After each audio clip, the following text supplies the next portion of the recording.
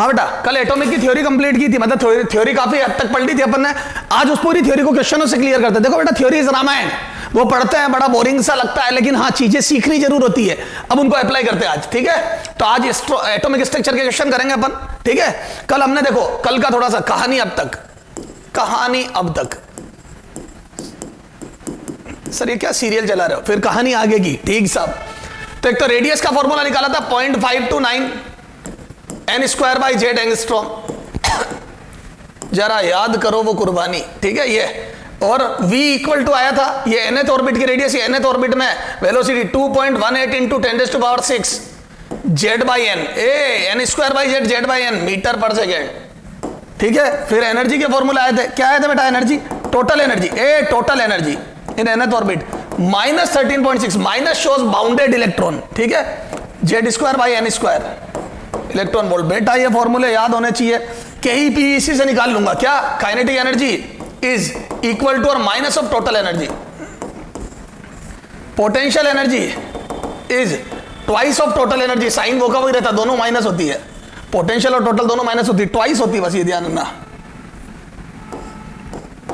Twice of total energy. ये double होती है और वो की वही होती है, लेकिन माइनस लग जाता है। ये पॉजिटिव होती है और ये negative, total energy negative, bounded electron होता है। सर ये सारी बात समझ में आ गई। अब यहां से कुछ फॉर्मूले और, जैसे देखो न्यूक्लियस के चारों तरफ जब इलेक्ट्रॉन रोटेट करता है, रिवॉल्व करता है v स्पीड से, चारों तरफ घूमता है ना, r रेडियस की ऑर्बिट में, तो कई बार पूछ लेता है टाइम पीरियड का रेशो, है ना, रेशो ऑफ टाइम पीरियड, या टाइम पीरियड पूछ लेता है, टाइम पीरियड। तो क्या मैं बोल दूं टाइम पीरियड हो जाएगा 2πr/v। एक राउंड कंप्लीट करने में, किसी भी ऑर्बिट में एक राउंड कंप्लीट करने में डिस्टेंस चलेगा 2πr, this distance is 2πr मेरे लाल फूल, और स्पीड है v, तो 2πr/v रखो। तो 2πr की वैल्यू कितना, 0.529 into n square by Z angstrom, है ना, वो एंगस्ट्रॉम तो 10⁻⁻10 कर दूंगा, इंटू 10⁻⁻10। v की वैल्यू जब रखूंगा तो 2.18 इंटू 10⁻⁶ जेड बाई एन। मेरे को इन सारी वैल्यूज में कोई मतलब नहीं है कांस्टेंट में, क्या मैं बोल दूं ऑन सॉल्विंग, सीधा लिख दूं ऑन सॉल्विंग, ऑन सॉल्विंग है। तो जो t आता है बेटा उसमें कांस्टेंट इंटू ऊपर n स्क्वायर बाई जेड, नीचे जेड बाई एन, तो n ऊपर जाके n³ अपॉन जेड स्क्वायर, ये। तो जो टाइम पीरियड है वो प्रोपोर्शनल टू n³ है, जैसे फर्स्ट सेकंड थर्ड ऑर्बिट में n³ के प्रोपोर्शनल, तो 3 का क्यूब, 2 का क्यूब, 4 का क्यूब, समझ में आ गई। और जेड स्क्वायर के इनवर्सली प्रोपोर्शनल है, तो बोल दो t is proportional to n³ and t is inversely proportional to Z square, ये क्यूब के प्रोपोर्शनल है और जेड के स्क्वायर के इनवर्सली प्रोपोर्शनल है। क्लियर है, ये चीज है। तो ये टाइम पीरियड का फॉर्मूला गया। अब करंट, अब देखो अगर इलेक्ट्रॉन फ्लो कर रहा है तो करंट भी होगा, करंट याद है, rate of flow of charge, तो मैं बोल दूं करंट। तो ये तो हो गया टाइम पीरियड, है ना, time period in any orbit, time period. तो नो डाउट ये क्वेश्चनों में अपन एंड टू एंड डिराइव कर सकते थे, लेकिन मैंने यहां लिखा दिया, ठीक है। तो this is the formula for time period. तो अपन कुछ एक्स्ट्रा फॉर्मूलाज पढ़ रहे हैं, ठीक है। अच्छा, फिर होता है बेटा current, current in any orbit, current है ना, करंट आ जाएगा, करंट आई। तो देखो करंट क्या होता है बेटा, आई बराबर rate of flow of charge q by T कर दूं, और एक राउंड एक इलेक्ट्रॉन कंप्लीट करा तो मैं बोल दूं ई चार्ज फ्लो कर रहा है टी टाइम में। इलेक्ट्रॉन का राउंड कंप्लीट होना मतलब ई चार्ज का वापस घूम घूम के आना, तो ई चार्ज फ्लो करता है टी टाइम में। तो यहां से बोल दूं ई अपॉन सम कांस्टेंट सी, और n³ नीचे आ जाएगा और जेड स्क्वायर ऊपर आ जाएगा। तो क्या मैं बोल दूं ये n³ by Z square by n³ हो गया, और एक नया कांस्टेंट सी डैश कर दूं इसको यहीं पे। बेटा इतना कोई क्लासों में लिखता नहीं है थ्योरी, मैं तो तेरे को एक्स्ट्रा बता रहा हूं ये सब बातें, ठीक है। ये क्वेश्चन है, मैं तेरे को इसको कंसेप्ट बना के बता दिया। ये तो करंट आई क्या होता है बेटा, तो जेड स्क्वायर बाई n³, वो होता है n³ by Z square time period, ये होता है जेड स्क्वायर बाई n³, ठीक है, ये उल्टा। तो क्या मैं बोल दूं जितना और न्यूक्लियस से दूर जाएंगे उतना टाइम पीरियड बढ़ता जाएगा, सेकेंड ऑर्बिट में ज्यादा, थर्ड में ज्यादा, क्योंकि बड़ी ऑर्बिट होती जाएगी और स्पीड भी स्लो होगी। v में n नीचे आता तो स्पीड जैसे जैसे दूर जाता है स्पीड कम होती जाती है, और स्पीड कम होती है रेडियस बड़ी होती जाती है, सर्कल बड़ा होता जाता है, तो टाइम ज्यादा लगना। तो n इसमें टाइम ऊपर आता है, देखो क्लियर है, इसमें टाइम नीचे आता है, सॉरी इसमें करंट में टाइम नीचे आता है, n नीचे आता है, सॉरी। क्यों, क्योंकि जितना दूर जाएंगे उतना n बढ़ेगा तो टाइम कम लगेगा, टाइम ज्यादा लगेगा, टाइम ज्यादा लगेगा तो करंट कम होता जाएगा, तो n बढ़ने के साथ करंट कम होता है, टाइम पीरियड बढ़ता है। सही बात है सर, तो सब लॉजिकल है बेटा। अच्छा, कई बार वो पूछ लेता है magnetic movement, magnetic movement magnetic moment m, तो क्या मैं बोलता हूं m equal to I into area होता है ना, अपन तो ऐसे प्रोपोर्शनल देख रहे हैं, I into area, sorry I into area. तो आई कितना है, आई में आया Z square by N cube. बेटा मेरे को कोई मतलब नहीं इन कॉन्स्टेंट से, ठीक है। एरिया में आता पाई आर स्क्वायर, और पाई आर स्क्वायर की वैल्यू रखूंगा मैं, तो आर में कितना आ जाएगा बेटा, एन स्क्वायर बाई जेड का स्क्वायर। अरे यार चल कर दे आर की वैल्यू पाई आर स्क्वायर। अगली स्टेप में देख, तो एम इजिकल टू ये आया कितना, आई में कितना है बेटा, Z square by N cube, है ना। और वहां R square pi R, R में एन स्क्वायर बाई जेड आता था, एन स्क्वायर बाई जेड का स्क्वायर। और उस कांस्टेंट को मैं नया सीड, ये नया कांस्टेंट दे रहा हूं, है ना, नया कांस्टेंट सी डबल डैश या सी कर दो, है ना, ये है ना कांस्टेंट, या के लिख दो कांस्टेंट के, या के चलो वो आता तो सी लिख दो, कुछ भी लिख दो कांस्टेंट। और ये सारे जब होंगे तो पावर 4, ये जेड स्क्वायर कैंसिल हो जाएगा, देखो पूरा जेड स्क्वायर कैंसिल, और ये पावर 4 तो एन, तो मैं बोल दो एन। तो magnetic moment proportional to N आ गया, ये सी कांस्टेंट है ना, तो m is proportional to n। तो जैसे जैसे हम ऑर्बिट से, मतलब से न्यूक्लियस से दूर जाएंगे, ऑर्बिट बड़ी होगी, वैसे वैसे मैग्नेटिक मोमेंट बढ़ता जाएगा। क्लियर है। करंट जैसे जैसे ऑर्बिट बड़ी होगी करंट कम होता जाएगा, जैसे जैसे ऑर्बिट बड़ी होगी टाइम पीरियड बढ़ता जाएगा। तो t proportional to n cube आया, i inversely proportional to n cube आया, और ये प्रोपोर्शनल टू n आया। तो ये अब रटने नहीं, ये हैंड टू हैंड बना लेंगे, कुछ भी पूछ सकता है। अगला मैग्नेटिक फील्ड एट सेंटर भी पूछ सकता है, due to this revolving electron, निकाल लूंगा hand to hand, mu nought I upon 2r से। सर कोई दिक्कत नहीं है, चलो सर। हाँ बेटा, अपन ने थ्योरी पूरी पढ़ ली, अब थोड़ा क्वेश्चन करते हैं, ठीक है, और क्वेश्चन से पूरी थ्योरी क्लियर करते हैं। Example 1, Bohr model is applicable for, ठीक है। बोहर मॉडल एप्लीकेबल होने का क्या मतलब है बेटा, बोहर फॉर्मूलाज लग जाए, जो अपन ने डेरिवेशन करे वो यूज हो जाए। तो A option H atom, B option Li atom, Li plus atom, C option He plus atom, and D option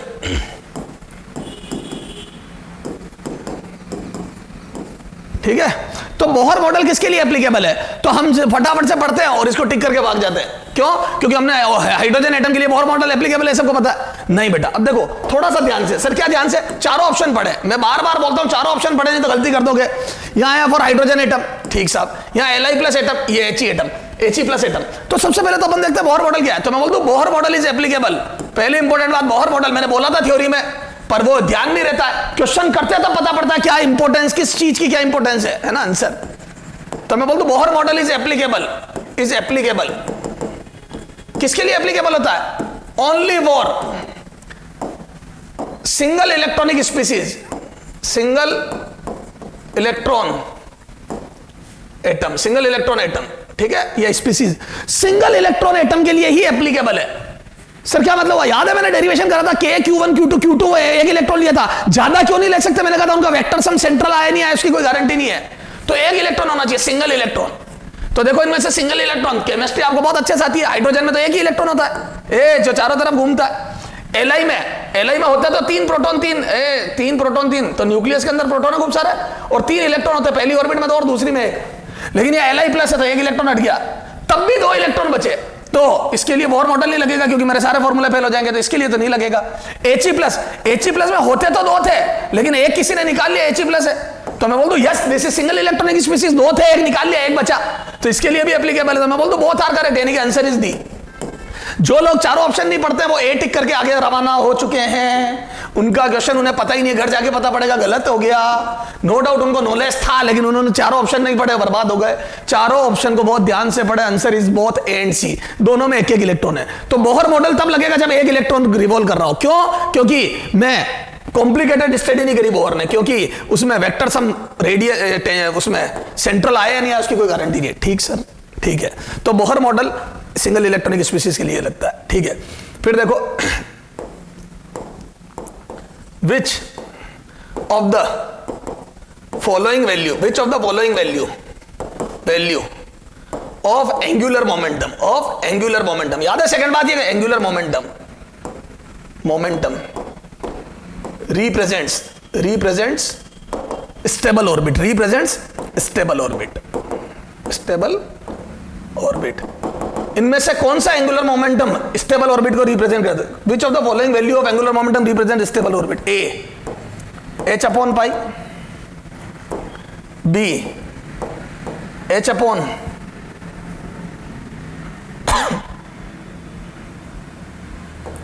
3 pi, C 5h upon 2 pi, D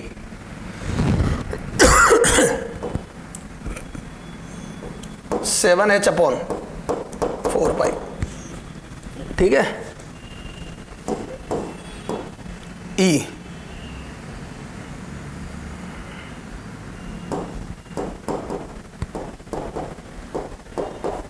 C. ठीक है, ये चार ऑप्शन दिए बेटा। इनमें से कौन सी एंगुलर मोमेंटम की वैल्यू स्टेबल ऑर्बिट को रिप्रेजेंट करती है? तो याद है for stable orbit Bohr quantization rule क्या था?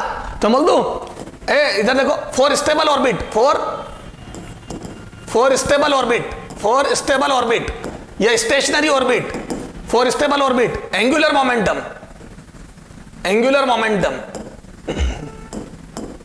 Will be integral multiple of, बोलो integral multiple of h upon 2 pi. याद है h अपॉन 2 पाई का इंटीग्रल मल्टीपल होना चाहिए। आ जाओ इधर। तो क्या मैं बोल दूं, this is twice of h upon 2 पाई। 2 का मल्टीप्लाई डिवाइड। मैं आपको एक नियम बता देता हूं बेटा, नीचे 2 पाई रखो आप, है ना, हमेशा जाना, जल्दी मत कर। तो h अपॉन 2 का मल्टीप्लाई डिवाइड करा, yes this is 2 times, so this is second orbit. तो ये सेकंड ऑर्बिट का एंगुलर मोमेंटम है, सेकंड स्टेबल ऑर्बिट का। 2 आ रहा है यहां पे, देखो 2 का मल्टीप्लाई, देख दिमाग मत लगा, 2 का मल्टीप्लाई डिवाइड कर दो, 2 पर 2 नीचे और 3 अलग कर दिया, तो h अपॉन 2 पाई। तो इसका 3 साइड में करा और 2 मल्टीप्लाई डिवाइड करा, तो बोल दो दिस इज 2/3, गलत, this is not integer. 2/3 0.67 integral multiple चाहिए, गलत। यहां जाओ, ये h अपॉन 2 पाई साइड में 5, ये फिफ्थ ऑर्बिट है, फिफ्थ ऑर्बिट,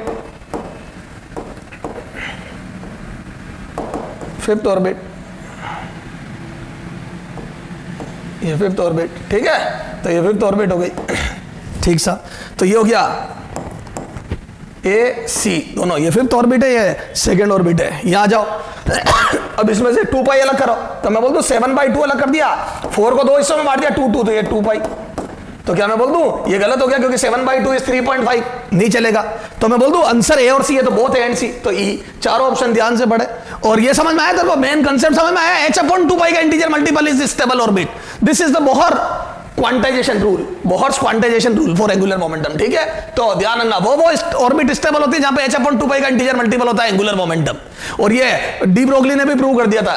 ठीक है, तो हमारे को बहुत ज्यादा विश्वास हो गया बोहर पे। चलो आ जाओ, example 3।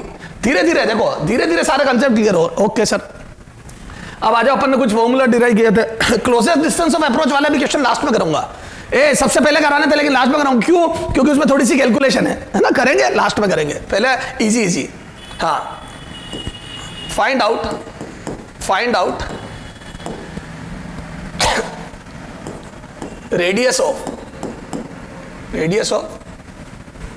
First excited state, radius of orbit of radius of first excited state for hydrogen atom, तो हाइड्रोजन एटम के लिए फर्स्ट एक्साइटेड स्टेट की रेडियस बतानी है। ठीक है, मैं ऑप्शन नहीं दे रहा हूं इसमें, जरूरत नहीं ऑप्शन की। ठीक है, डायरेक्ट ही कर लो। तो सर फर्स्ट एक्साइटेड स्टेट में हाइड्रोजन एटम की रेडियस, तो रेडियस का फॉर्मूला पता होना चाहिए पहले तो 0.529 n²/z। मैंने जानबूझ के ऑप्शन नहीं दिया जहां जरूरत नहीं है वहां। क्यों? क्योंकि मेरे को जहां ऑप्शन में कुछ सिखाना होगा वहीं तो दूंगा मैं, बाकी टाइम खराब नहीं करूंगा। ये रेडियस का फॉर्मूला, तो आपको सबसे पहले तो रेडियस का फॉर्मूला पता होना चाहिए। ऊपर n², नीचे z आता है, एंगस्ट्रॉम में आता है। ठीक है ना। अब देखो for hydrogen atom, H atom के लिए बोलो, H एटम पीरियोडिक टेबल में पहला आता है, तो इसका एटॉमिक नंबर 1 होता है। ये तो आपको पता होनी चाहिए बेटा, एग्जाम में दे नहीं दे कोई जरूरी नहीं है। ठीक साहब। अच्छा, n फर्स्ट एक्साइटेड स्टेट,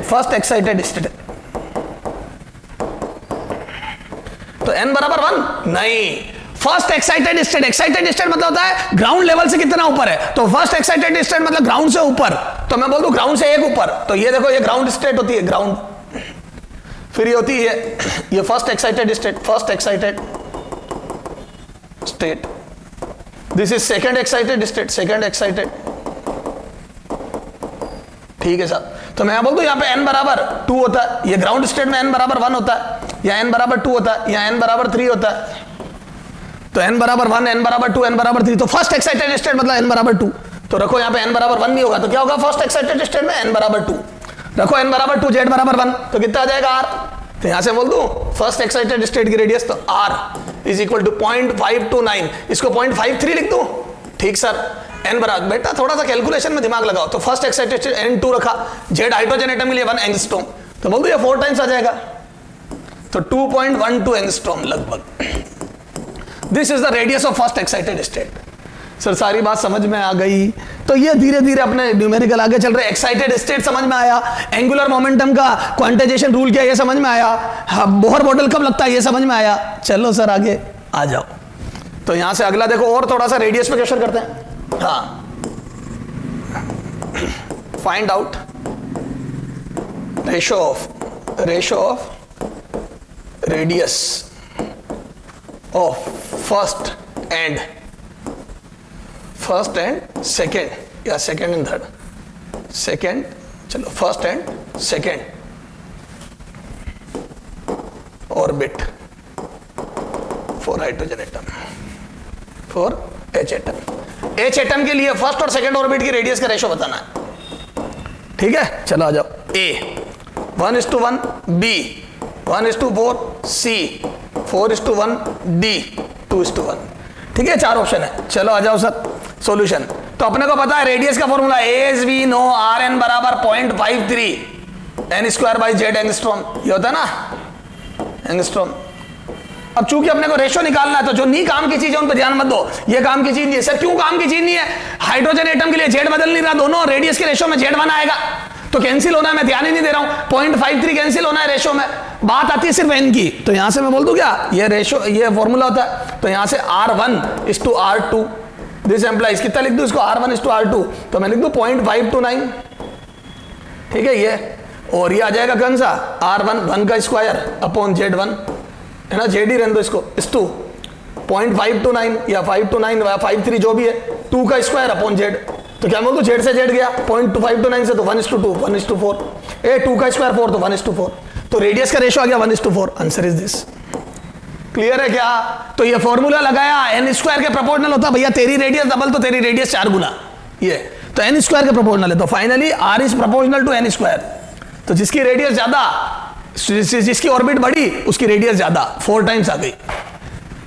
लेकिन ये नहीं है बेटा सर लॉजिक से कराऊंगा, मैं लॉजिक से ऐसे नहीं करूंगा, नो डाउट सॉल्यूशन आसान था, फिर भी देख दिमाग लगा, गलती होने के चांस कम होंगे, थोड़ा सा फास्ट कैलकुलेशन होगी, कैलकुलेशन में तो कभी 4:1 भी आ जाएगा, पता ही नहीं पड़ेगा। बताता हूं, बता फर्स्ट और सेकंड ऑर्बिट, जब मैं हाइड्रोजन एटम बनाऊंगा तो पहली ऑर्बिट तो पास होगी ना, दिस इज फर्स्ट, और सेकंड ऑर्बिट दूर होगी मेरे लाल, दिस इज सेकंड, तो मैं बोल दूं फर्स्ट और सेकंड ऑर्बिट में सेकंड ऑर्बिट दूर होगी, फर्स्ट और सेकंड ऑर्बिट में सेकंड ऑर्बिट दूर होगी, फर्स्ट और सेकंड ऑर्बिट में सेकंड ऑर्बिट दूर होगी, तो क्या मैं बोल दूं सेकंड ऑर्बिट दूर होगी तो उसकी रेडियस बड़ी आएगी, तो लॉजिकली सेकंड ऑर्बिट की रेडियस ज्यादा होगी, तो बोल दूं लॉजिकली R1 और R2 में इधर वाला ज्यादा, इधर वाला ज्यादा, तो ये 1:1 गलत, इधर वाला ज्यादा, 4:1 गलत, इधर वाला ज्यादा, 2:1 गलत, इधर वाला ज्यादा, एक में ही आ रहा है, तो क्या मैं बोल दूं we can solve it logically, तो we can solve this question via logic. Sir समझ में आ गई? तो क्वेश्चन नंबर 4 हो गया, आगे चलेंगे एग्जाम्पल 5, क्लियर है? अच्छा,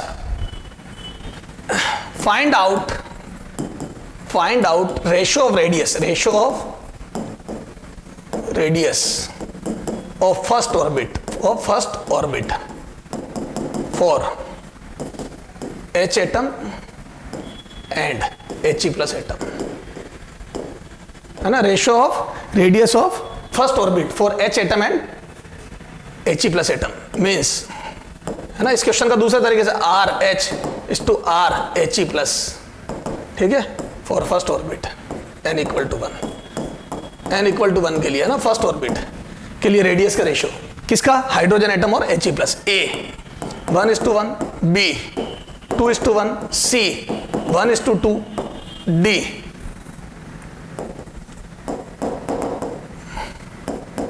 1:4, ठीक है, चलो आ जाओ सर, अब तब तो सॉल्व करेंगे, क्या फॉर्मूला पता होना चाहिए, R is inversely proportional to Z, खैर छोड़ो, RN = 0.53 n² by Z angstrom, N square by Z angstrom. ये होता है फॉर्मूला रेडियस का, सबको पता है, एज वी नो। अरे as we know, okay sir. अब आ जा बेटा, अबे देख, चूंकि ऑर्बिट दोनों की फर्स्ट है, ए दोनों के लिए n 1 है, ऑर्बिट फर्स्ट है तो n बराबर 1, तो दोनों की फर्स्ट ऑर्बिट की बात हो रही तो n तो फिक्स हो गया 1 है, तो मैं बोल दूं इस बार z के इनवर्सली प्रोपोर्शनल है, a r is inversely proportional to z। ठीक साहब, तो यहां से मैं बोल दूं R H is to R H E plus, तो यहां से मैं लिख दूं 0.53 है ना, तो ये n आ जाएगा 1 का square upon z1 is to 0.53, n square आ जाएगा 1 का स्क्वायर अपॉन z2।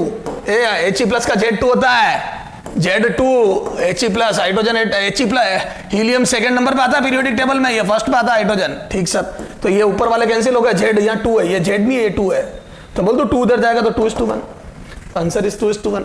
ए 1/2 आया, 2 उधर भेजा, simple ratio 2:1। Okay sir, clear है। पर हम इसको भी ऐसे नहीं करेंगे। ए बेटा ये तो था मेथड, थे सही है, हम ऐसे नहीं करेंगे, ये है सही, गलत नहीं है, ये तू नोट कर लेना कॉपी में। तो sir method to logical approach, sir इसमें भी लॉजिक लग जाएगा क्या? बिल्कुल लगेगा। अच्छा एक बात बता मेरे लाल, ये है H एटम, ये है He प्लस एटम, सर क्या अंतर है?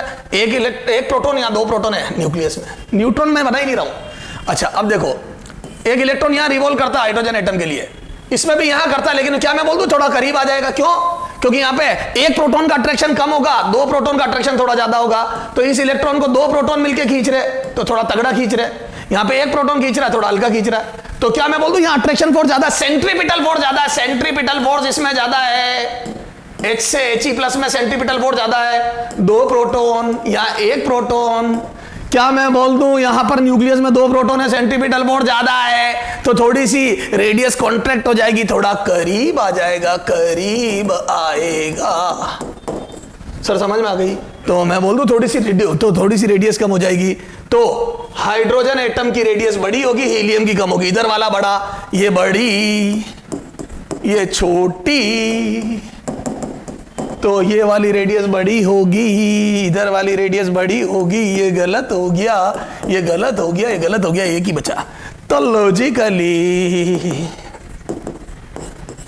सर मजा आ गया, तो जबरदस्त लॉजिक लगा। हाँ तो सर ये सारी बातें तो समझ में आने लग गई हमारे को, बहुत ही आसान। ठीक है, तो ये क्वेश्चन नंबर कितना हो गया बेटा? 5। आगे जाओ बेटा, एग्जाम्पल 6। तो सर ये रेडियस क्लियर हुई हमारी। ठीक साहब, अब देखो, फाइंड आउट या kinetic energy of electron in second excited state of Li plus atom will be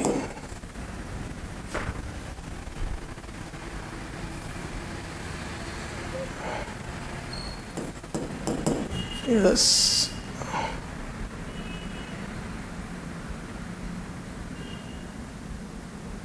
second excited state will be। ठीक है, यहाँ जाओ। अब देखो सर इसमें तो थर्ड ऑर्बिट का इलेक्ट्रॉन निकाल लिया तो होएगा ही नहीं, अरे भाई अपन ने एक्साइट करके वहां रखा हुआ है, वो छोड़ दूं तो सेकंड एक्साइटेड मतलब n बराबर 3, तो इलेक्ट्रॉन को अपन वहां पहुंचा तो सकते हैं ना नीचे से ऊपर। ठीक है, जब वहां है तो एनर्जी बतानी है ना। चलो साहब, तो क्या मैं बोल दूं, ए इधर देख, ए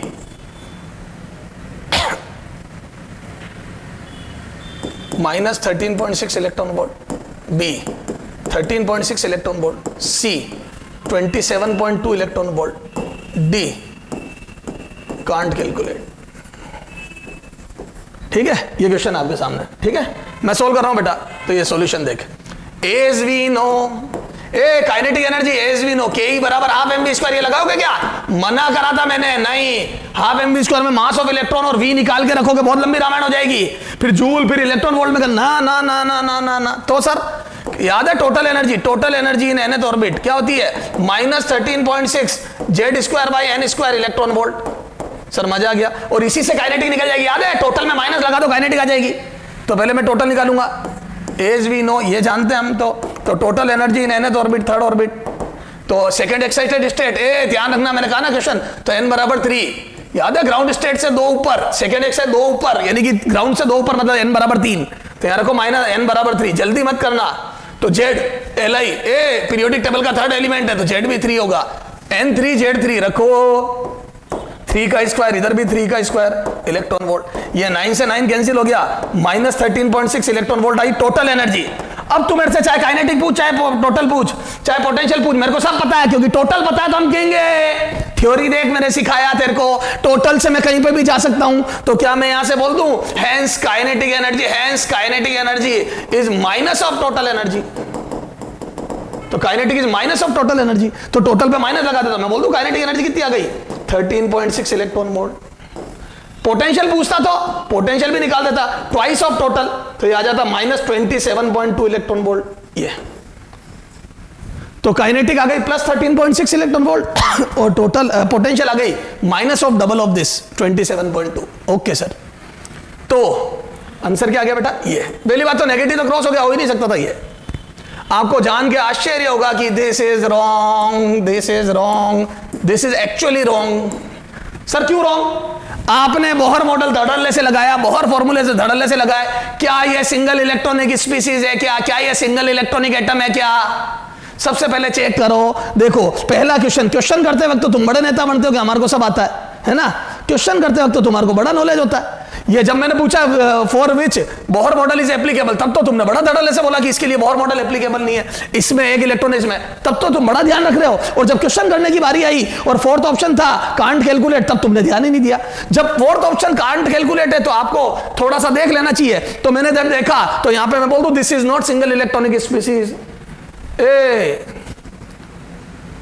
बेटा जी ध्यान दें, Li प्लस में 2 इलेक्ट्रॉन बचे हैं।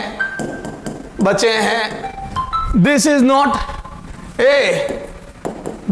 Not single electron atom.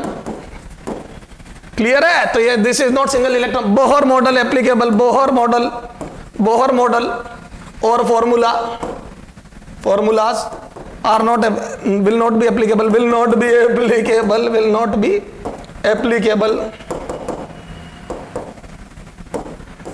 ठीक है? नहीं माने तो पापा छत पर ले जाकर धक्का दे देंगे कि मेरी औलाद मतलब बच्चा है ना, सरेसी कैसी लैंग्वेज, औलाद नालायक निकली, बर्बाद हो गए।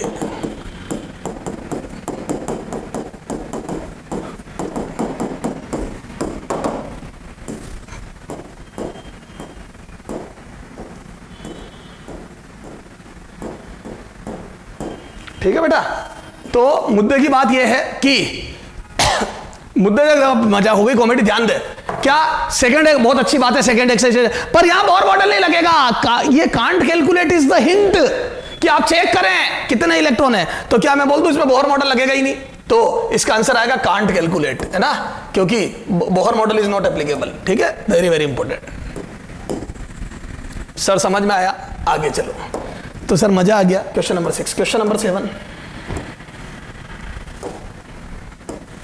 एग्जाम्पल 7। ठीक है, अब एक क्वेश्चन करके देखते हैं। Kinetic energy of electron in first excited state of He plus atom will be. ठीक है, फिर से इसी टाइप के option. A 13.6 electron volt, B 3.4 electron volt, C 27.2 electron volt, D can't calculate. ठीक है, ये फिर से इसी टाइप के ऑप्शन। अब देखो फिर से मैं ध्यान दूंगा बेटा, क्योंकि कांट कैलकुलेट, हाँ, तो मैं बोल दूं फर्स्ट एक्साइटेड स्टेट मतलब n बराबर 2, ए ग्राउंड से एक ऊपर। अच्छा, He एटम, तो मैं बोल दूं ये सिंगल इलेक्ट्रॉन है, इसमें ए 2 होते हैं, एक निकाल लिया किसी ने, तो 1 इलेक्ट्रॉन एटम।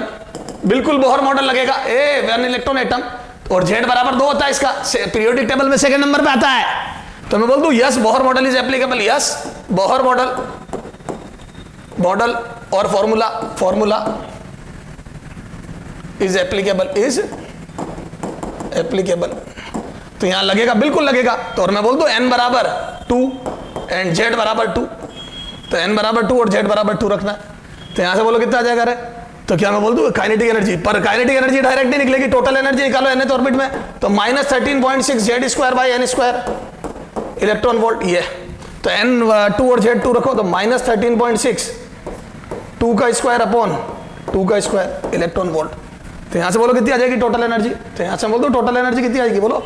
तो टोटल एनर्जी आ गई कितनी, -13.6 electron volt. This is the total energy in first excited state of He plus atom. ये देखो ना, ये कैंसिल हो गया। तो फर्स्ट एक्साइटेड स्टेट में टोटल एनर्जी आ गई -13.6, हेंस काइनेटिक एनर्जी, हेंस बोलो kinetic energy is equal to minus of total energy.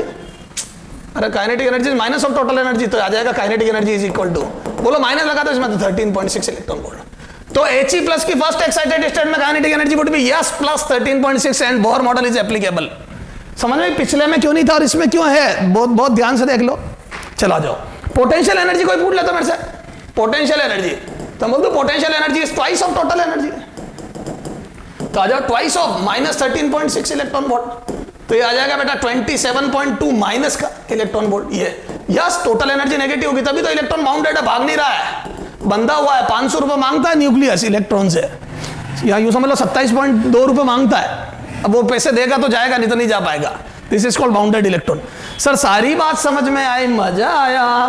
तो ये थ्योरी ऐसे क्लियर होती है। क्या काइनेटिक एनर्जी कैसे निकालते हैं आप समझ में आई। वो के पी टी में रिलेशन क्यों पढ़ाया, पढ़ते वक्त बहुत बुरा लगता है, क्योंकि थ्योरी चल रही होती है, तो रामायण लंबी खिंच जाती है। कोई बात नहीं, उस रामायण का आउटपुट है। अब क्वेश्चन करा तो पता पड़ा कि काइनेटिक एनर्जी निकालनी है, पोटेंशियल एनर्जी निकालनी है, सबके रास्ते टोटल से खुलेंगे, नहीं तो बहुत लंबा चला जाएगा। के अगर हाफ mv² से निकालते हो बर्बाद हो आप। सर समझ में आ गई। तो सारे रास्ते किससे खुलेंगे, टोटल से। तो टोटल से मेरे सारे रास्ते, सारे द्वार खुल गए। ओके सर, तो के आ गया, पी आ गया, ठीक है, ओके। तो ये एनर्जी का हिसाब किताब हो गया बेटा। अब आ जाओ आप, मैंने कहा था ना और भी फॉर्मूले अपन ने डिराइव किए थे, ठीक है, और आगे चलते हैं। तो बेटा अपन ने क्वेश्चनों से थोड़ी सी थ्योरी क्लियर करी। अगला क्वेश्चन देखो बेटा, एग्जांपल 8 है ना, 7 हो गए थे। Example 8, if angular momentum in an orbit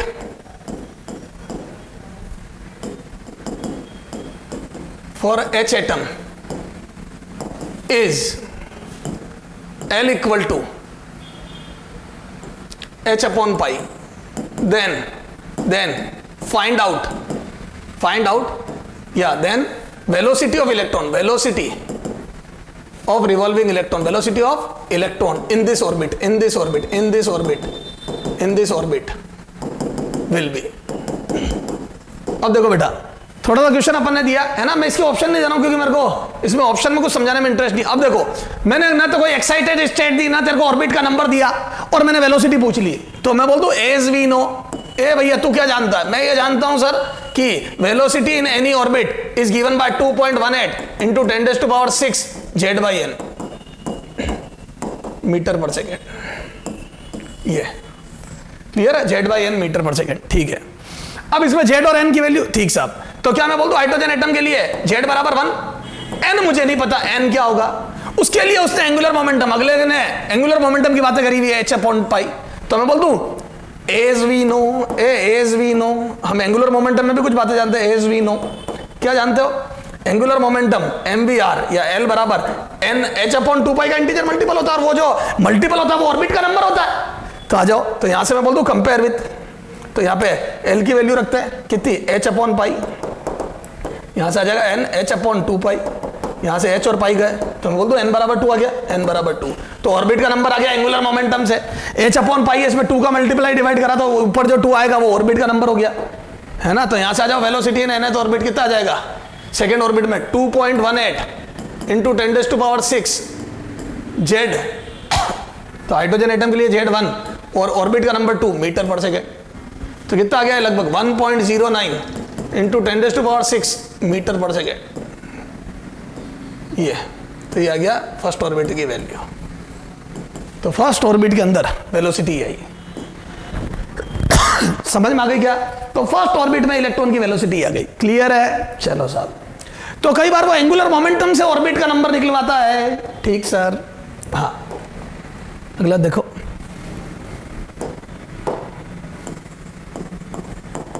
example 9। हाँ, binding energy of electron in ground state of He plus atom for He plus atom और He प्लस एटम। तो He प्लस एटम में ग्राउंड स्टेट में electron की binding energy कितनी होगी? A 13.6 electron volt, B minus 13.6 electron volt, C 27.2 electron volt, D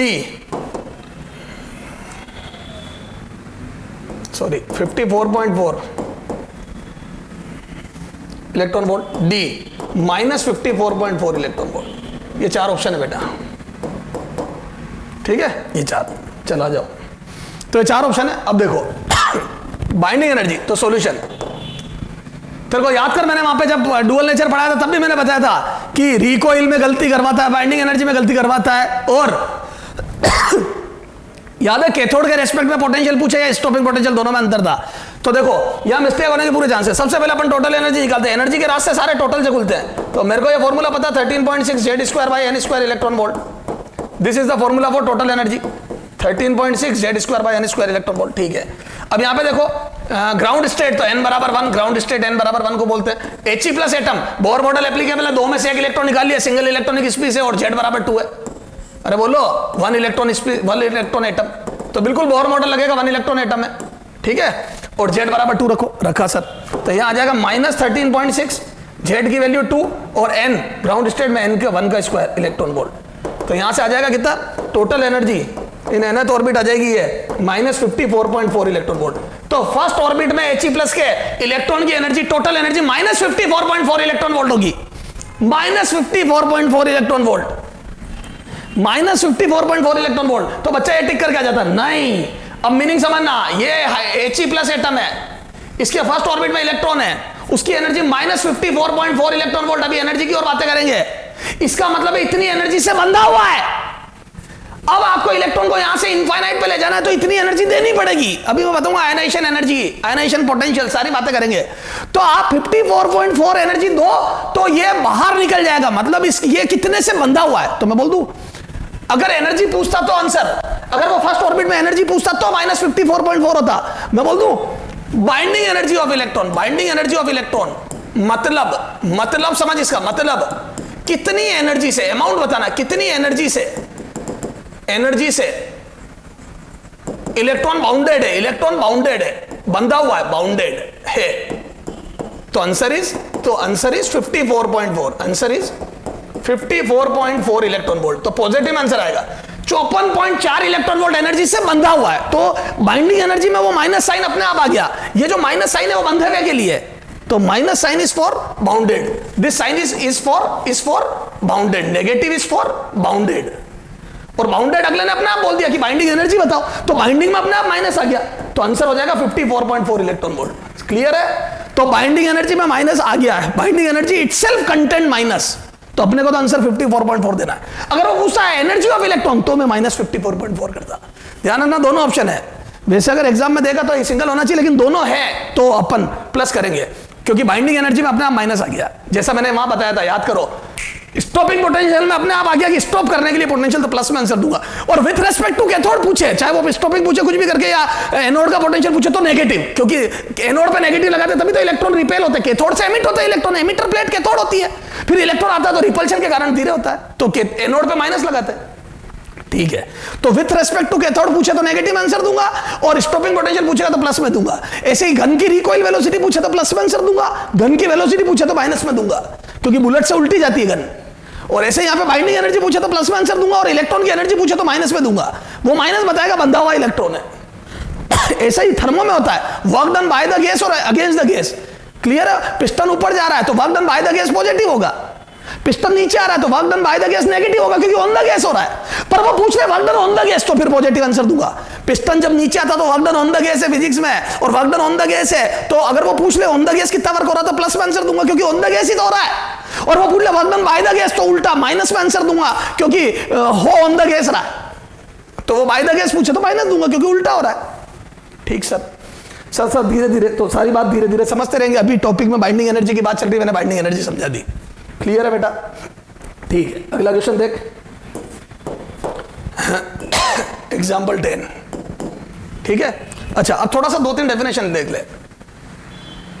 ठीक है, या चल बाद में लिखा दूंगा, है ना, पहले क्वेश्चन समझा देता हूं फिर लिखा दूंगा। एक ही बात है वो, इसमें इतना केमिस्ट्री में पता होता तेरे को। ठीक है, what will be the ionization energy, first ionization energy, first ionization energy for He atom। He atom की फर्स्ट आयनाइजेशन एनर्जी बतानी है। A 54.4 electron volt, B 13.6 electron volt, C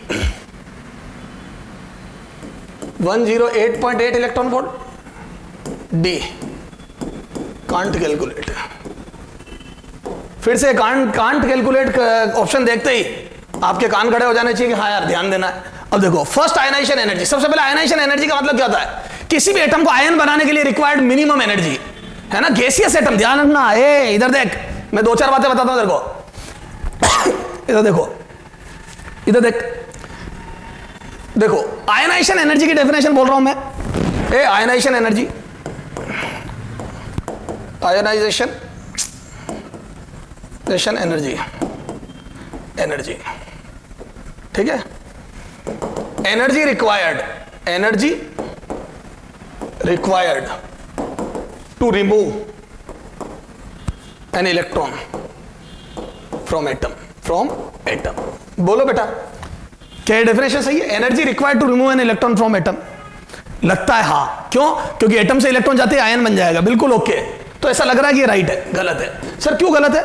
energy required, यार एक बात बता, एटम से इलेक्ट्रॉन निकालने के लिए एटम क्या, एटम से इलेक्ट्रॉन कौन सा इलेक्ट्रॉन? तो सबसे पहले तो आयनाइजेशन एनर्जी का मतलब होता है लूजली बाउंड।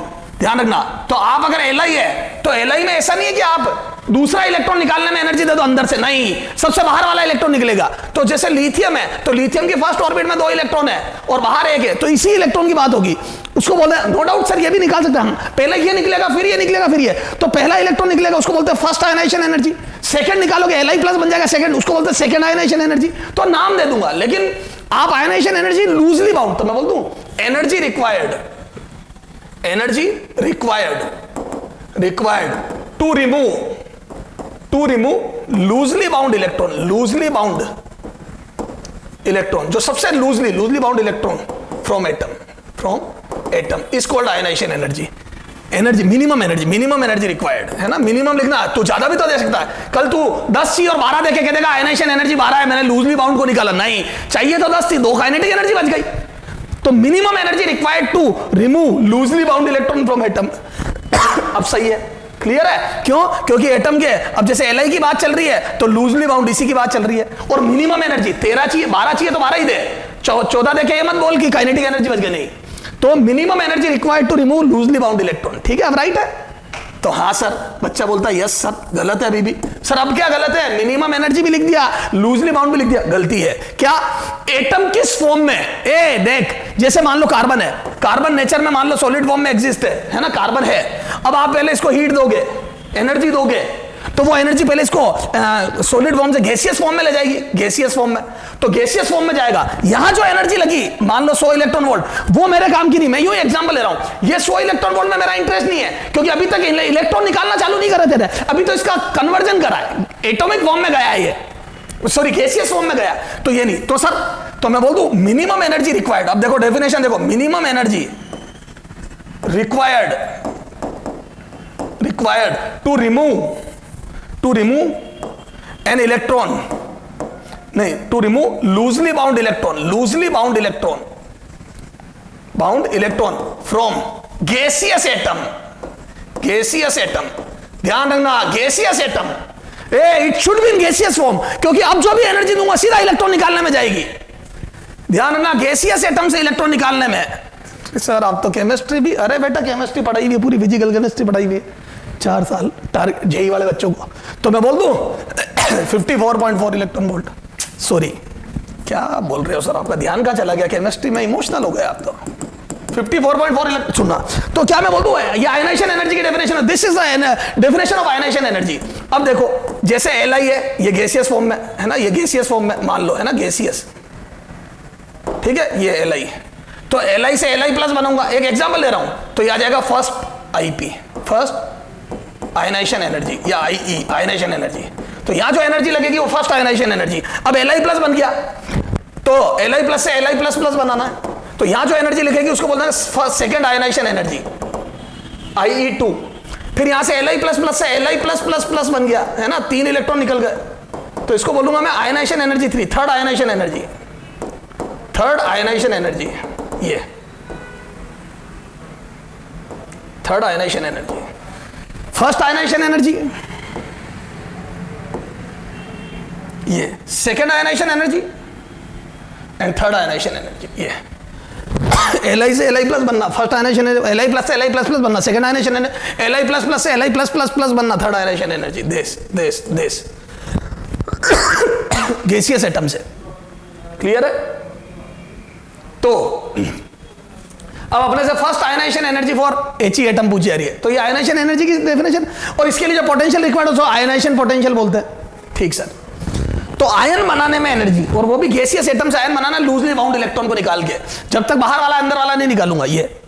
अच्छा अब इस क्वेश्चन को करते हैं अपन। तो अब सबसे पहले सॉल्यूशन में देखो है ना, तो आयनाइजेशन एनर्जी की डेफिनेशन क्लियर हुई। ये देखो He एटम में ये 2 इलेक्ट्रॉन बनाए मैंने, है ना, अब इलेक्ट्रॉन को निकालना है, तो मैं बोल दूं फॉर्मूला होता है मेरे पास एनर्जी का, तो टोटल एनर्जी इन एनी ऑर्बिट बाउंडेड होता है तो -13.6 Z²/n², और He के लिए मैं बोल दूं Z बराबर 2, He के लिए Z बराबर 2, और फर्स्ट ऑर्बिट में इलेक्ट्रॉन है तो n बराबर 1, तो Z बराबर 2 और n बराबर 1, ये इलेक्ट्रॉन वोल्ट, तो बोल दूं Z बराबर 2 n बराबर 1, क्योंकि फर्स्ट ऑर्बिट में ये इलेक्ट्रॉन वोल्ट, तो बोल दूं -54.4 इलेक्ट्रॉन वोल्ट, ये इतने से बाउंडेड है, इतने से बाउंडेड है, तो मैं बोल दूं आयनाइजेशन एनर्जी कितनी एनर्जी है, आयनाइजेशन एनर्जी, तो मैं बोल दूं ये 54.4 आ जाएगी, क्योंकि कितनी एनर्जी आयन बनाने में चाहिए, तो अब माइनस थोड़ी बोलूंगा, 54.4। क्लियर है? गलत गलत गलत सर, क्यों गलत? आप ही करा रहे हो, आप ही गलत बेटा। Bohr model is not applicable, He से He प्लस बनाने में बोहर मॉडल नहीं लगेगा। क्या आप ये एनर्जी खुद कभी निकाल सकता? सवाल ही पैदा नहीं होता। Li से Li प्लस बनाने में मैं कैसे निकाल लूं? बोहर मॉडल लगा ही नहीं सकता, ये भी नहीं निकाल सकता इनफैक्ट, क्योंकि Li प्लस में 2 इलेक्ट्रॉन है, इसमें 3 इलेक्ट्रॉन है, तो ना 3 इलेक्ट्रॉन के लिए बोहर मॉडल लगेगा, ना 2 इलेक्ट्रॉन के लिए बोहर मॉडल लगेगा, हाँ 1 इलेक्ट्रॉन के लिए जरूर लगेगा। तो थर्ड Ip निकाल सकता हूं, थर्ड आयनाइजेशन एनर्जी निकाल सकता हूं, आयनाइजेशन पोटेंशियल थर्ड निकाल सकता हूं, फर्स्ट और सेकंड नहीं निकाल सकता। ऐसे ही He में देखो, ये रहा He से He plus first ionization energy IE1, फिर He प्लस से He plus plus second ionization energy IE2, ये तो मैं बोल दूं यहां 2 इलेक्ट्रॉन है, यहां 1 इलेक्ट्रॉन है, और यहां 0 इलेक्ट्रॉन है, तो मैं बोल दूं यहां से यहां नहीं जा सकता, क्योंकि 2 इलेक्ट्रॉन के लिए बोहर मॉडल यहां से आए, यस, तो सेकंड आयनाइजेशन एनर्जी तो निकाल सकता हूं मैं He की, लेकिन फर्स्ट आयनाइजेशन एनर्जी नहीं निकाल सकता। तो क्या मैं बोल दूं first ionization energy can't calculate, तो कांट कैलकुलेट। ओके सर, मजा आ गया सर, ठीक है, आगे आ जा बेटा। Question number 11, example 11, second ionization energy in above question, in previous question, इन previous question, second ionization energy, second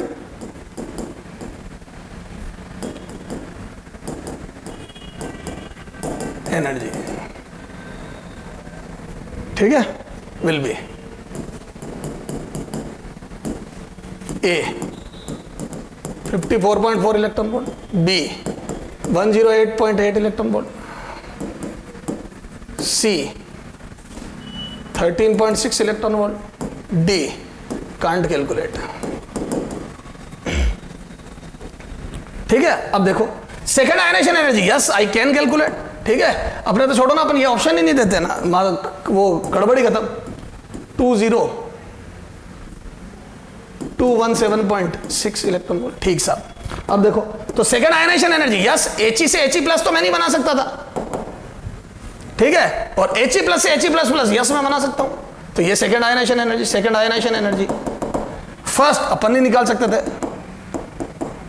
ये प्रैक्टिकली निकलेगी, ऐसा डेटा दिए होते वो प्रैक्टिकल निकलते बेटा, है ना, कैलकुलेट कर किए जाते प्रैक्टिकली, ये अपन निकाल सकते हैं। तो मैं यहां से बोल दूं 1 इलेक्ट्रॉन है, बोहर मॉडल लगेंगे, Bohr model yes applicable, Bohr model yes applicable. तो यहां से बोल दूं energy, total energy of electron -13.6। अब बेटा थोड़ा नाटक कम करो, जेड की value 2, a Z equal to 2, n equal to 1, first orbit में इलेक्ट्रॉन है। तो यहां से 2 का स्क्वायर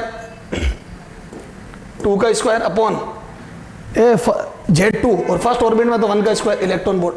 तो ये टोटल एनर्जी इलेक्ट्रॉन की आ गई -54.4 इलेक्ट्रॉन वोल्ट, ये आ गई total energy. Total energy is this,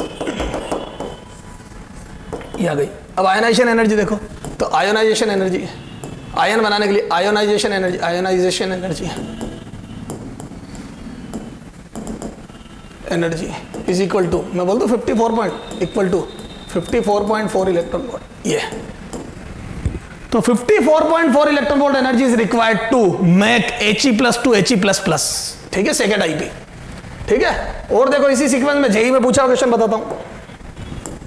example कितने हो गए, 11 होगा ना, 12 देख, एग्जाम्पल 12 देख। If first ionization energy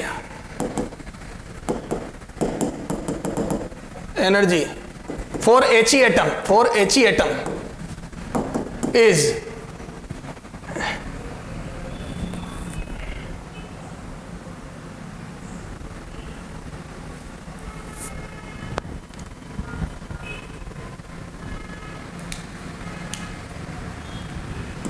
(24.6 electron volt है ना। फर्स्ट आयनाइजेशन एनर्जी इस 24.6, कितनी दी थी पता नहीं, वही डेटा लिखता हूं जो दिए थे जेई ने,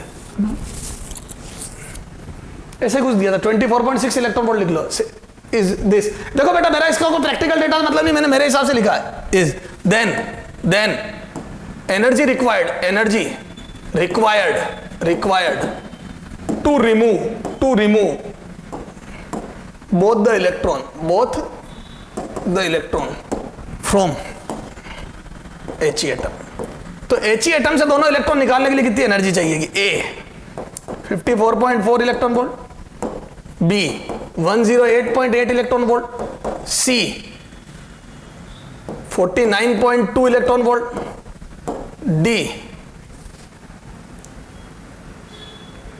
79 इलेक्ट्रॉन वोल्ट। ये 4 ऑप्शन है बेटा, चलो आ जाओ। तो अब देखो सारी समस्या का समाधान हो गया, कांट कैलकुलेट है ही नहीं। He से He+ मैं नहीं बना सकता, मतलब मैं एनर्जी नहीं निकाल सकता क्योंकि यहां 2 इलेक्ट्रॉन है, और 2 इलेक्ट्रॉन में बोहर मॉडल सवाल ही पैदा नहीं होता, 2 मॉडल, ठीक है। फिर यहाँ 1 इलेक्ट्रॉन बचा, अब यहां से He से He++ बनेगा, तो यहां से मैं बोल दूं यहां से आ जाने में सेकंड आयनाइजेशन एनर्जी, सेकंड आई, यस मैं निकाल लूंगा, ये निकाल लूंगा। फर्स्ट आई मैं नहीं निकाल सकता, पर अगले ने दे दी, फर्स्ट आई दी हुई है, क्लियर है, दे दी, अपन नहीं निकाल सकते, ठीक साहब। तो बोल दो total energy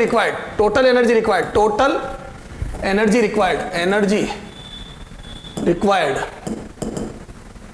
is equal to, बोलो आयनाइजेशन एनर्जी फर्स्ट बनाने के लिए प्लस आयनाइजेशन एनर्जी सेकेंड, और फर्स्ट उसने दी, अगले ने दे दी 24.4 इलेक्ट्रॉन वोल्ट।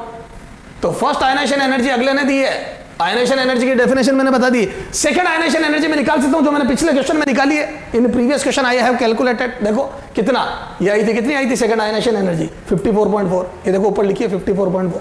तो बोल दो second ionization energy using Bohr model 4 electron volt. अब देखो यहां से लिख दो यूजिंग बोहर मॉडल, ठीक है, ये तो बोहर मॉडल यूज करके निकाल ली, और ये गिवन, दिस इज गिवन, तो ये तो हो गया गिवन डेटा, और ये बोहर मॉडल यूज करके दोनों का टोटल करो, ये 24.6 कर लो, इसको 6 कर लेना, घर की बात है, हाँ 6 ही तो दी थी, ठीक है। तो ये दोनों ऐड करें तो कितना आ जाएगा बेटा, 79 इलेक्ट्रॉन वोल्ट आंसर। तो टोटल एनर्जी 79 चाहिए, 24.6 पहले के लिए और 54.4 सेकंड के लिए, तो total energy required is 79 electron volt. This is IIT JEE question. अब जिनके कंसेप्ट आधे अधूरे वो बर्बाद हो गए। IIT JEE में पूछा हुआ क्वेश्चन है, 79 इलेक्ट्रॉन वोल्ट। क्लियर है क्या? तो फर्स्ट टाइपी हम कैलकुलेट नहीं कर सकते थे, अगले ने दे दिया, सेकंड हम कर सकते बोहर मॉडल से। सर समझ में आ गई? बोहर मॉडल तब लगाएंगे जब एक इलेक्ट्रॉन हो और सारे फॉर्मूले याद करेंगे। मजा आ गया सर? हाँ बेटा, आगे बात करते हैं। एग्जाम्पल नंबर 13 है ना, जैसा क्वेश्चन पूछा, angular momentum, angular momentum of electron in second orbit. ठीक है, सीधा ऑर्बिट दे दिया, first excited second orbit in of electron in second orbit of hydrogen atom. ठीक है, वैसे एटम से फर्क ही नहीं पड़ा, एटम विल बी। ठीक है, तो देखो अब या तो MBR फॉर्मूले से निकालूं, इधर देखना वैल्यू नहीं, सॉल्यूशन। ठीक है बेटा, मैं 4 ऑप्शन नहीं दे रहा हूं, सॉल्यूशन। तो या तो मैं लिखा लूं एंगुलर मोमेंटम बराबर MBR से। अब MBR में V की वैल्यू रखो, R की वैल्यू रखो, NZ नहीं, लंबी रामायण हो जाएगी। ठीक है, तो सर अपन सीधा करेंगे कैसे? याद है एंगुलर मोमेंटम, बोहर का क्वांटाइजेशन जो MBR बराबर NH/2π, तो H/2π का इंटीजर मल्टीपल है, तो मैं इससे करूंगा। तो सेकेंड ऑर्बिट में, in second orbit, for second orbit, for second orbit मैं लिख दू n बराबर 2, रखो n बराबर 2, तो एंगुलर मोमेंटम कितना आ जाएगा? Twice of H/2π। तो यहां से 2 से 2 कैंसिल हो गया, H कितना आ जाएगा बेटा? 6.6 इंटू 10⁻³ अपॉन पाई। तो पाई का डिवाइड करा तो ये आ जाएगा, तो कितना आ जाएगा एंगुलर मोमेंटम? यूनिट बाद में लिख देंगे, तो ये आ जाएगा 2 पॉइंट समथिंग है ना, देख लेना, इंटू 10⁻34। तो लगभग 2 पॉइंट समथिंग इंटू 10⁻34। क्लियर है? तो NH/2π से निकालूंगा एंगुलर मोमेंटम, बड़ा आसानी से निकल जाएगा। पाई के लिए 2 पॉइंट समथिंग आ जाएगा, 2.1 के आसपास, देख लेना, वो कैलकुलेशन पावर से आंसर आ जाएगा। रफ कैलकुलेशन करनी होती पूरी मॉडर्न फिजिक्स में। 4 ऑप्शन जो होंगे बहुत दूर दूर होंगे, जैसे ए होगा 2.1 इंटू 10⁻34, ठीक है, बी होगा 2.1 इंटू 10⁻27, ऐसे बहुत दूर दूर होंगे, तो वैसे ही आ जाएगा आंसर। तो एंगुलर मोमेंटम सर NH/2π से निकाल देंगे। ओके सर, तो सर एंगुलर मोमेंटम समझ में आ गया। ठीक है, अब आ जाए बेटा आगे। अब जैसे देखो, अगर मैं graph, which of the following graph, which, या चले एक बार है ना, example 14, ratio of time period of electron in first and second excited state for H atom, है ना। सारा H atom के लिए करा, क्योंकि अब तेरे को सारी बातें सिखा दी। Z कैसे रखते हो, H atom will be,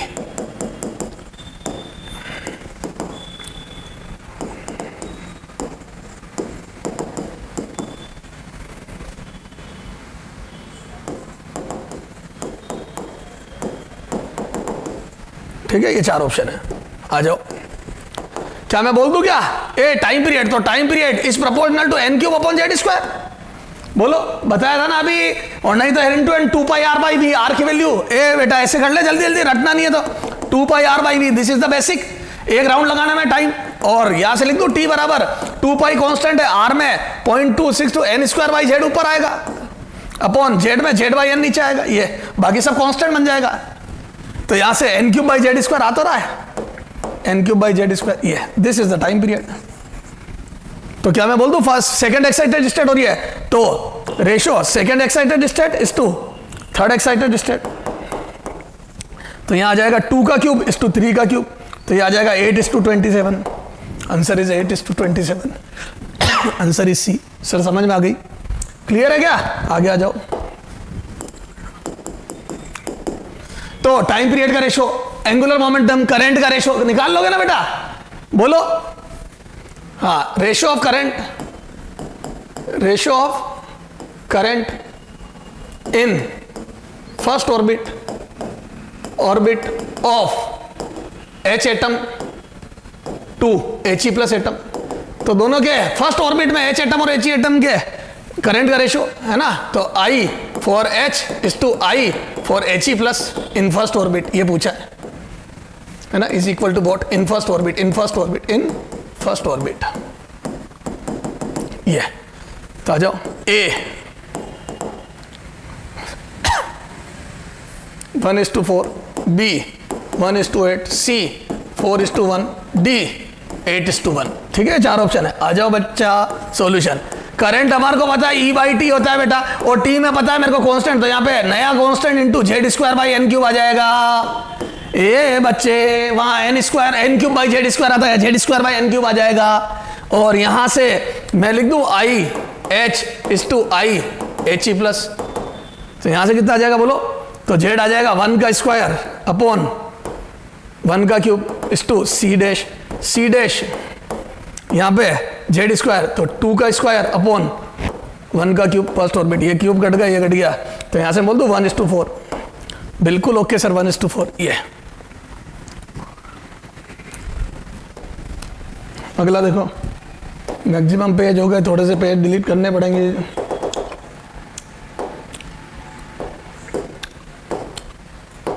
हाँ 15 हो गया बेटा, आगे आ जाओ। तो करंट वगैरह सारी बात समझ में आ गई सर। एग्जांपल 16, ठीक है। अब देखो, if length of third orbit of H atom is x या y is y, then de Broglie wavelength associate with electron will be, ठीक है, a x, b 3x, c x/3, d x/9। ठीक है, ये क्वेश्चन है बेटा। आ जाओ, तो क्या मैं बोल दूं क्या, ए थर्ड ऑर्बिट n = 3, तो जो इलेक्ट्रॉन की डी ब्रोगली वेवलेंथ बनेगी, क्या मैं बोल दूं 2πr = n लैम्डा होती है, थर्ड ऑर्बिट में 3 लैम्डा आ जाएगा, और ये 2πrx दिया हुआ है अपने को, तो मैं बोल दूं ये 3 लैम्डा, तो यहाँ से लैम्डा = x/3। बिल्कुल ओके, तो 3 वेव आ जाएगी, x/3 की एक वेव बनेगी। सर समझ में आ गया? अब समझ में आया वो क्वांटाइजेशन वाला क्या हिसाब किताब था, और कैसे डी ब्रोगली ने सपोर्ट करा। डी ब्रोगली कहता है जिसमें पूरी वेव आ जाए वो ऑर्बिट स्टेबल है। थर्ड ऑर्बिट में 3 पूरी वेव आ जाती है, सेकंड में 2, पहली में 1। ये है सारी बातें। आगे आ जाओ।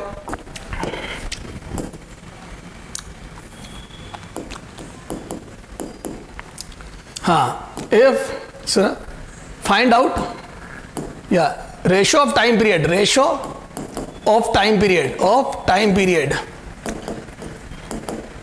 of electron in orbit having radius, having their radius r and 4r will be, है ना। Ratio of time period of electron in orbit having radius r and 4r will be a 1:2, b 1:8, c 8:1, d 4:1। ठीक है, आ जा बेटा। इधर देखना solution. क्या मैं बोल दूं लॉजिकली, ये तो हो ही नहीं सकते। सर क्यों नहीं हो सकते? जिसकी रेडियस बड़ी है उसमें टाइम ज्यादा लगेगा, बड़े रेडियस को कंप्लीट करने में टाइम ज्यादा लगेगा, क्योंकि स्पीड भी कम होती है जितना दूर जाते हैं। तो ये 2 तो गए। अब इन 2 में से कौन सा होगा? तो क्या मैं बोल दूं as we know, देखो as we know T is proportional to n cube. Hydrogen atom fix है, 4 हाइड्रोजन एटम कर लो।